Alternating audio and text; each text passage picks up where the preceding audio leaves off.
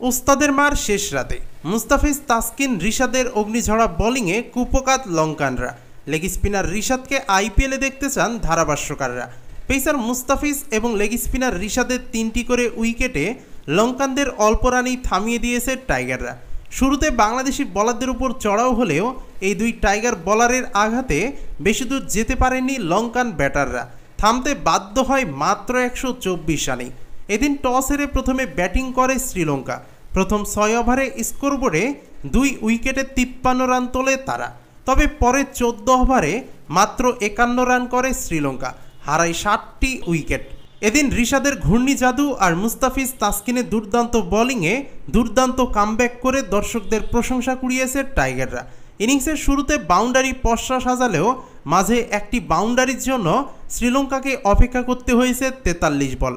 এদিন লঙ্কানদের বিপক্ষে মুস্তাফিজ 4 ওভারে 17 রান দিয়ে তুলে নেন 3 উইকেট। অন্যদিকে রিশাদ হোসেন 4 ওভারে 22 রান দিয়ে তুলে নেন 3 উইকেট। পাশাপাশি চলতি বিশ্বকাপে সব স্পিনারদের টপকে গেছেন রিশাদ হোসেন। ধারাভাষ্যকারদের আলোচনায় 21 বছর বয়সী লেগ স্পিনার। এই বিশ্বকাপে রিশাদের চাইতে বেশি টার্ন করাতে পারেনি আর কোনো স্পিনার।